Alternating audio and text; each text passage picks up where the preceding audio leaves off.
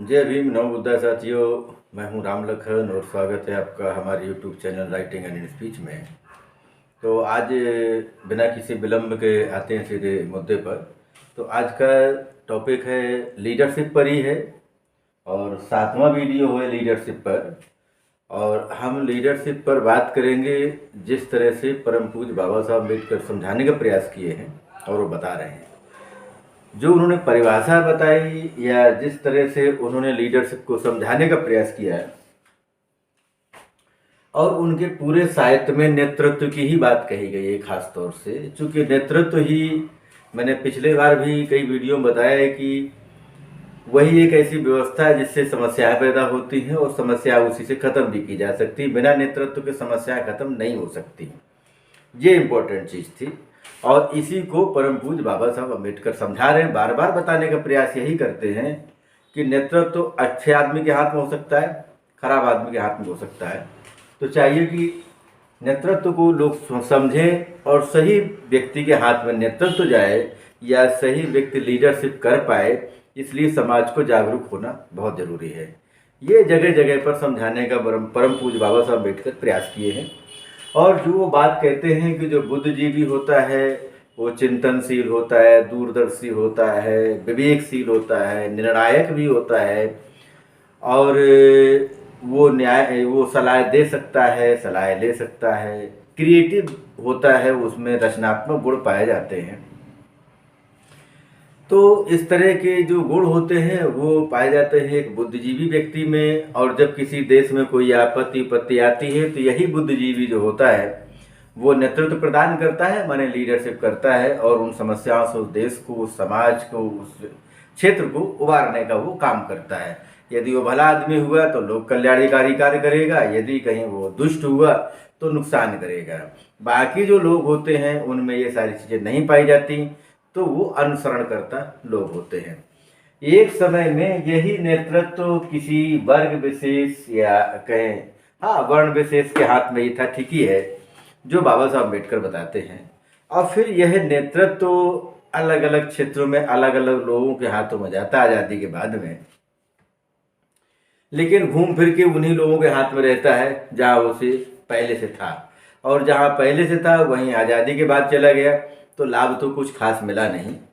और इसी बात को लेकर के एक जो बाबा साहब अम्बेडकर संबोधित करते एक सभा को 1956 में 18 मार्च को, वहाँ पर वो कह देते हैं कि मुझे पढ़े लिखे लोगों ने धोखा दिया।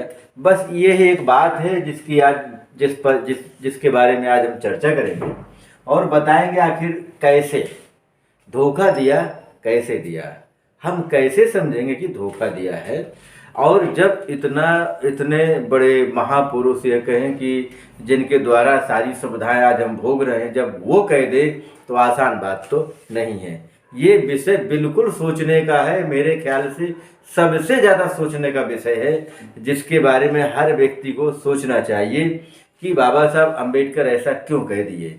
यदि कह दिए तो फिर इसका हल क्या हो सकता है। वो लोग 1956 तक के जो लोग थे उन लोगों ने धोखा दिया था, तो फिर आज के लोग साथ कैसे दे सकते हैं बाबा साहब अम्बेडकर का। उनका जो उनके बेनिफिशरीज हैं, जो उनके द्वारा दिए गए अधिकारों का लाभ उठाए हैं, वो कैसे उस समाज को या बाबा साहब अम्बेडकर द्वारा दी गई जिम्मेदारी को पर खरा उतरे हैं, वो कैसे उसे निभाएं, देखते हैं सर। बाबा साहब अम्बेडकर आरक्षण के मामले में दो तरीके के आरक्षणों को देखेंगे हम यहाँ पर। पहला हम देखेंगे राजनीतिक आरक्षण, राजनीतिक आरक्षण में, और दूसरा हम देखेंगे नौकरी में, प्रशासन में, मतलब प्रशासन व्यवस्था में, नौकरियों में, यही सब नौकरी पेशे में, सरकारी विभागों में जो आरक्षण दिया, नौकरियों में दिया, जो शिक्षा के बल पर कंपटीशन के द्वारा वहाँ पर पहुँचा जा सकता है। और एक था राजनीतिक। इसमें जाने के लिए ये रास्ता ज़्यादा बेकार हो गया हमारे लिए, इससे खास कोई लाभ नहीं मिला, क्योंकि 1932 में पूना पैक्ट हो गया। उसके वजह से जो राजनीति के द्वारा 100% बेनिफिट मिलना था वो तो जीरो हो गया और यहीं से चमचा युग की शुरुआत भी हो गई। तो ये तो हो गया खत्म। इसलिए बाबा साहब अम्बेडकर इनको दोषी ही नहीं देते, इनको कुछ बोलते ही नहीं है, बस एक हिदायत देते हैं कि भाई आपको जो नेता लोग थे, जो राजनीतिक लीडर थे, उनको सब कहते भी हैं कि आपको लोग महलों में बुलाएंगे, आप शौक से जाइए, लेकिन ये ध्यान रखिएगा कि अपनी झोपड़ी में आग लगा के मत जाइए। हो सकता है कभी वो राजा तुम्हें घर से निकाल दे तो कहाँ जाओगे, इसलिए सावधान रहिए। ये बात उनको बताते हैं। अब पूरा का पूरा आरोप यहाँ पर लगाते हैं इन लोगों पर। अब हमको देखना क्या है कि ये क्या कर सकते थे जो इन्होंने नहीं किया, बस ये बात है। उस समय ये क्या कर सकते थे और जो उन्होंने उस समय नहीं किया, आज हम क्या कर सकते हैं जो हम नहीं कर रहे। और यदि हम उतना सा काम कर देते हैं तो वो बात पूरी हो जाती है और ये होगा कि पढ़े लिखे लोगों ने वाकई नेतृत्व करना शुरू कर दिया है। देखिए, एक नौकरी वाला व्यक्ति जो पढ़ा लिखा होता है, नौकरी भी कर रहा है, कुछ लोग नौकरी नहीं भी कर रहे, लेकिन पढ़े लिखे लोग समझदार हैं। एक बात तो ये हो जाती है कि एक दौर में जो बाबा साहब अम्बेडकर ये कहते हैं कि जो बुद्धिजीवी होता है, चिंतनशील होता है, विवेकशील होता है, निर्णायक होता है, सलाह दे सकता है, नेतृत्व करता है, ये सारी बातें बाबा साहब अम्बेडकर बताते हो, क्रिएटिव होता है। तो जो 1956 तक लोग पढ़ लिख गए, उनमें बुद्धिजीविता जैसा कोई गुण दिखाई नहीं, क्योंकि नेतृत्व नहीं किया। क्योंकि जो आदमी बुद्धिजीवी होगा वो नेतृत्व जरूर करेगा, तो बुद्धिजीविता वाला वहाँ कोई ऐसा मिला नहीं। और बाबा साहब अम्बेडकर द्वारा जो पढ़ने लिखने में था कि कहाँ कहाँ आरक्षण उनको शिक्षा पर मिलना चाहिए, नौकरियों मिलना चाहिए, वो सब तो वो दिला दिए, लेकिन लाभ तो नहीं मिला। इसका मतलब ये हुआ कि नौकरी पाना एक अलग बात है, नौकरी पाना अलग चीज है, मतलब अलग बात हो गई। पढ़ा लिखा होना, नौकरी पाना सब अलग बात हो गई। और बुद्धिजीवी होना ये भी अलग बात हो गई। यदि जो ये अलग बात हो गई, ये अलग बात हो गई। इसका मतलब जो बुद्धिजीवी होगा वो पढ़ा लिखा हो ना हो, बुद्धिजीवी हो सकता है, क्योंकि उसमें दूरदर्शिता होगी, निर्णय लेने की क्षमता होगी, विवेकशील होगा, निर्णायक होगा, चिंतनशील होगा, मतलब सलाह लेने देने में सक्षम होगा, नेतृत्व करने में जो गुण पाए जाते हैं वो यदि पाए जाते हैं तो बुद्धिजीवी होगा ही। और ये जो है नौकरी पाने के बाद भी, पढ़ा लिखा होने के बाद भी यदि इसमें सोचने समझने की क्षमता नहीं पाई जाती है तो ये अनुसरण करता ही रह जाएगा। क्या होगा? अनुसरण करता रह जाएगा। और बाबा साहब अम्बेडकर चाहते थे कम से कम जो वर्ग पढ़ा लिखा है वो तो अनुसरण करता ना बने, वो तो नेतृत्व करे। यदि वो नेतृत्व कर देता है तो समाज में काफ़ी कुछ भला हो जाता है। अच्छा, अब हम देखते क्या है कि यदि नौकरी पेशा वाले व्यक्ति जिनको पर आरोप लगता है, यदि वो सच में काम करना जानते थे तो उन्हें करना चाहिए था। लेकिन आज के दौर में हम देखें, वो तो समय गया, गुजर गया, अब वहाँ की बात हमें छोड़ना चाहिए और हम देखते हैं आज की बात कि अभी के दौर में क्या कर सकते हैं, क्या किया जा सकता है। जो किया जा सकता है उसे अवश्य करना चाहिए। और कम से कम क्या किया जा सकता है, एक चीज ये है, एक तो अधिक से अधिक क्या किया जा सकता है वो तो वो लोग देखे समझे जिन्हें बहुत सारा समय, बहुत सारी चीजें जो कर सकते हैं समाज के लिए, उनकी बात है। और जो कम से कम कर सकते हैं उनकी बात पहले देखते हैं। अधिक से अधिक तो कितना भी कोई कर सकता है, तो क्या किया जा सकता है, कम से कम क्या किया जा सकता है। तो हम ये देख सकते हैं कि जितना भी SC ST है, जिसको हम देखते हैं, मतलब बेनिफिशरी समाज को देखते हैं, लाभार्थी समाज, जिस समाज ने लाभ पाया है, कहाँ से? आरक्षण के माध्यम से। यदि आरक्षण नहीं होता, पढ़ने का अधिकार ही नहीं होता है, नौकरियों में आरक्षण नहीं होता तो नौकरी पाना ही मुश्किल था, असंभव था, नहीं मिलती थी। ये सच्चाई है, कड़वा सच हो, मीठा सच हो, ये सच ही है बस। तो अब हम देखते हैं कि ये लोग यदि नौकरी पा गए, सैलरी मिलती है, तो लिटरेचर खरीदा जा सकता है, साहित्य परचेज किया जा सकता है, लोगों में बांटा भी जा सकता है। यदि एक आदमी एक महीने में 500 रुपये खर्च करे, नहीं कर सकता, 200 रुपये खर्च कर दे, 200 रुपये की पुस्तकें बाबा साहब अम्बेडकर से संबंधित जो हैं, जिनमें वो ज्ञान है, जहाँ से नेतृत्व तो समझ में आता है, वो खरीद करके जिन्हें वो उचित समझे उन्हें वो भेंट कर सकता है। यदि एक साल में, एक किताब 100 रुपये की आती होगी, एक साल में 24 लोगों को पुस्तक भेंट कर सकता है, कम से कम ये कर सकता है। और ये पुस्तक को पढ़ भी सकता है और ये भी समझ सकता है कि मैं बहुत सारी बातें समझा नहीं सकता जो पुस्तक में लिखी हैं, इसे लोग खुद ही पढ़ ले और समझ ले। जैसे एनिमेशन ऑफ कास्ट है, हर घर में पुस्तक होनी चाहिए, तो ये कम से कम इतना कर सकता है। क्योंकि 200 रुपये के तो पान मसाला वो मुझे लगता है 10-12 दिन में खा के बराबर कर देता हो। कोई आदमी 50 रुपये खा जाता है एक दिन में। नौकरी पेशे वालों के खर्चे इतने ज़्यादा रहते हैं इन सब चीज़ों में, पान मसाला, चाय, बीड़ी, तम्बाकू, इन सब चीज़ों में, कि वो 200 रुपये 2 दिन का ही खर्चा है।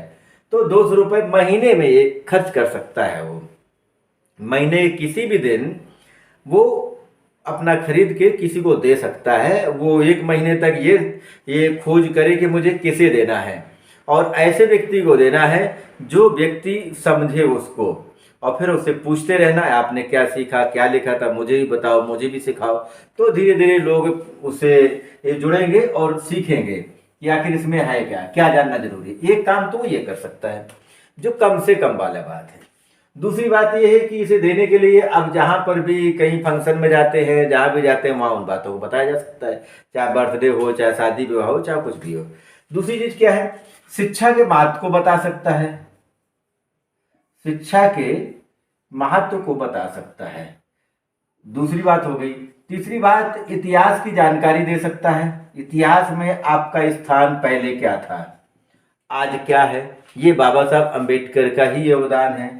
नंबर 4, ये कह सकता है कि आपका आज़ादी के पहले क्या स्थिति थी, और आज़ादी में यदि बाबा साहब ना होते तो फिर आपकी स्थिति क्या रहने वाली थी। ये कोई छुपा हुआ नहीं, जग जाहिर, समझने की ज़रूरत है। इसके अलावा यदि हम लोग आज एकजुट नहीं हैं, हम लोग संगठित नहीं हैं, ये असंगठित रहने का ही नतीजा है, तो फिर संगठित होना भी जरूरी है। ये भी बातें समझाई जा सकती हैं, उनको सामाजिक एकता की पूरी बातें समझाई जा सकती हैं, और सामाजिक विखंडन से हमारा नुकसान क्या, ये भी बताया जा सकता है। एक चीज़ ये भी हो सकती है कि जो उस समय लोग नहीं किए, जागरूक नहीं थे, समाज में बहुत सारा अंधविश्वास है, पहले अपने घर से खत्म करें, बाद में समाज को अवगत कराएं, वो भी किया जा सकता है। इस तरह से एक जो डेवी साहब कहते हैं, बाबा साहब अम्बेडकर के गुरु थे डेवी साहब, वो कहते हैं कि समाज पर बहुत सारी पुरानी बातों का बोझ है। समाज को चाहिए कि वो अच्छी से अच्छी बातों को स्वीकार करें, और जो खराब बातें हैं, खराब विचारधारा है, उनको यहीं ख़त्म करें, और अगली पीढ़ी को अच्छी चीज़ें सिखाएं, जिससे प्रबुद्ध समाज का निर्माण होता है। और यही प्रबुद्ध समाज एक देश को विकसित या विकास की ओर ले जाता है, विकसित बनाता है। तो वो भी एक चीज़ यहाँ हो जाएगी कि जो पढ़ा लिखा समाज है वो जितनी भी परंपराएं हैं वो उसको समझे और वहीं छोड़ दे, अपनी आने वाली पीढ़ी को वो चीज़ें सिखाए जो उनके जीवन में या वर्तमान में उपयोगी है। तो ये भी एक बड़ा काम कर सकता है हर कोई। इसके लिए कोई लड़ाई भिड़ाई की, झगड़े की कोई ज़रूरत नहीं। एक बड़ा इंपॉर्टेंट चीज़ है जो मैं भूल रहा था, अभी बता दे रहा हूँ मैं। जितने भी ऑल इंडिया में जितने भी डिपार्टमेंट हैं, पूरे डिपार्टमेंट ऑल इंडिया के, देखिए पूरे देश में बड़ी इंपॉर्टेंट चीज़ है, इसको जरूर देखिए, समझिए खास तौर से, और लोगों को भी बताइए कि ये निश्चित तौर पर जिस काम को लोग कई साल तक नहीं कर सकते उसे 10 दिन में भी किया जा सकता है, 10 दिन में ही किया जा सकता है, इससे ज़्यादा समय नहीं लग सकता है। देखिए कैसे पूरे देश में जितने भी डिपार्टमेंट हैं लगभग उनमें SC/ST एसोसिएशन जरूर है। SC/ST एम्प्लॉइज एसोसिएशन है। स्टेट गवर्नमेंट का कोई भी डिपार्टमेंट, टीचर के लीजिए तो टीचर का होगा, SC/ST एसोसिएशन होगा, उनका संगठन होगा, अध्यापकों का पूरे स्टेट का होगा।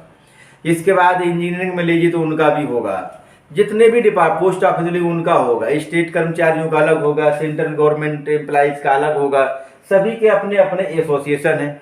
अब ये एसोसिएशन का मतलब ये नहीं है कि तुम्हारे घर में पानी नहीं आ रहा, बिजली नहीं आ रही, पंखा नहीं चल रहा, तो इनके लिए आप मीटिंग करें, फिर जाके अवगत कराएं सरकार को कि हमारे क्वार्टर में, हमारे जहाँ पर हम रहते हैं वहाँ सुविधाएं नहीं। ये चीज़ें नहीं हैं, इनके लिए सामाजिक एकता बनाने के लिए थी, सामाजिक जागरूकता के लिए होना चाहिए इसका इस्तेमाल। यदि बैंक में देखिए उसमें भी एसोसिएशन है, यदि यही सारे कर्मचारी अपने अपने डिपार्टमेंट में जहाँ पर भी ये लोग काम कर रहे हैं वहाँ कैडर करना शुरू करें। क्या करना है? कैडर। और उस कैडर में बाबा साहब अम्बेडकर द्वारा जो थॉट दिए गए हैं, जो उनके सिद्धांत हैं, विचारधारा है, उनको बताना शुरू किया जाए तो वो विचारधारा 10 दिन में पूरे देश में फैल सकती है, पूरे तरीके से जैसा कि बाबा साहब चाहते थे। बिल्कुल समय नहीं लग सकता, लेकिन सबसे बड़ी बात यही है कि जो समाज वहाँ 1956 में नहीं काम कर रहा था वो आज भी उतना ही सुस्त है। सिर्फ अंतर ये पड़ा है कि उस समय संख्या कम थी, आज संख्या ज़्यादा है। उस समय बिल्कुल लोग काम नहीं कर, अब आजकल कुछ लोग काम कर रहे हैं, इसलिए कुछ दिखता भी है। लेकिन सबको काम करना चाहिए, जब सभी लोग एक साथ ताकत लगाएंगे तो वो कार्य ज़्यादा दिखाई देगा। इसलिए जो बाबा साहब अम्बेडकर चाहते थे कि मैं चाहता हूँ कि हमारे समाज का वो व्यक्ति जो लाइन में सबसे आखिरी में खड़ा है वो इतना समझदार बन जाए कि वो अपना निर्णय लेने में सक्षम हो जाए। जब कोई व्यक्ति अपना निर्णय लेने में सक्षम हो जाएगा तो फिर ज़्यादा कुछ करने की ज़रूरत नहीं होगी, नेतृत्व बेहतर होगा, लीडर बेहतर होंगे, अच्छा काम करेंगे लोग, ये सारी चीज़ें अपने आप खत्म हो जाएंगी। इसलिए हमें चाहिए कि हम व्यक्ति को बुद्धिमान तो बना ही सकते हैं, उसको अच्छे बुरे का ज्ञान तो करा ही सकते हैं, यहाँ पर कम्युनिकेशन को बढ़ाने की ज़रूरत है। इसलिए समाज के साथ ज़्यादा ज़्यादा कम्युनिकेट होइए और ये अपने अपने डिपार्टमेंट में जहाँ पर भी जो भी काम कर रहा है, नौकरी कर रहा है, उसमें बाबा साहब अम्बेडकर से संबंधित सप्ताह में एक कैडर तो जरूर करिए, भले ही ऑनलाइन करिए, वो जरूरी है। यदि ये करना शुरू कर दिया तो निश्चित तौर पर आज नहीं तो कल, मतलब जिस काम को हम सालों में नहीं कर सकते थे उसे हम 1 महीने में कर सकते हैं। यदि हम ऑनलाइन या ऑफलाइन जैसे भी जो भी सुविधा उपलब्ध होती है, अभी कोरोना पीरियड चल रहा है, कहीं कहीं पर बंद भी है कि आप सभाएं नहीं कर सकते, तो आप ऑनलाइन कर सकते हैं, ऑनलाइन सभाएं कर सकते हैं। ऑनलाइन में सभी लोगों को एक दिन में छुट्टी नहीं होती, तो जिस दिन जितने लोग जुड़ सकते हैं उतने लोग जुड़ें और ज़रूर बाबा साहब से संबंधित जो भी बातें हैं उनको साझा करें। जिसने जो सीखा वो दूसरे को जरूर बताएं। इससे क्या है, नेतृत्व में सुधार आएगा। जितना कर्मचारी वर्ग समझदार होता जाएगा और समाज को जागरूक करता जाएगा, लीडरशिप उतनी ही बेहतर होती जाएगी। वो लीडरशिप चाहे सामाजिक हो, चाहे राजनीतिक हो, चाहे धार्मिक क्यों हो, जिस जहाँ पर भी जो भी नेतृत्व करने वाले लोग हैं वो समाज की जागरूकता से डरेंगे। सो जो भी गलतियां होती हैं, जो भी नुकसान होता है वो अपने आप बंद हो जाएगा। इसलिए सामाजिक जागरूकता बढ़ाना जरूरी है। इसमें कर्मचारी लोगों को, जो SC ST के लोग हैं, OBC के लोग हैं, वो भी लाभार्थी है। जिस तरह से बाबा साहब अम्बेडकर उनके लिए भी आरक्षण लेके, लेकिन वो नहीं पा पाए, ये उनकी अपनी समस्या है, पाना चाहिए, एकजुट हो जाएंगे तभी उनको भी मिलेगा। तो चाहिए कि समाज को जागरूक जरूर करें, एक ही तरह की लीडरशिप पर काम न करके समाज के हर क्षेत्र में नेतृत्व की भूमिका को समझे और उसमें अपना योगदान जरूर दें। आज इतना ही। Thank you very much. जय भीम। नमो बुद्धाय।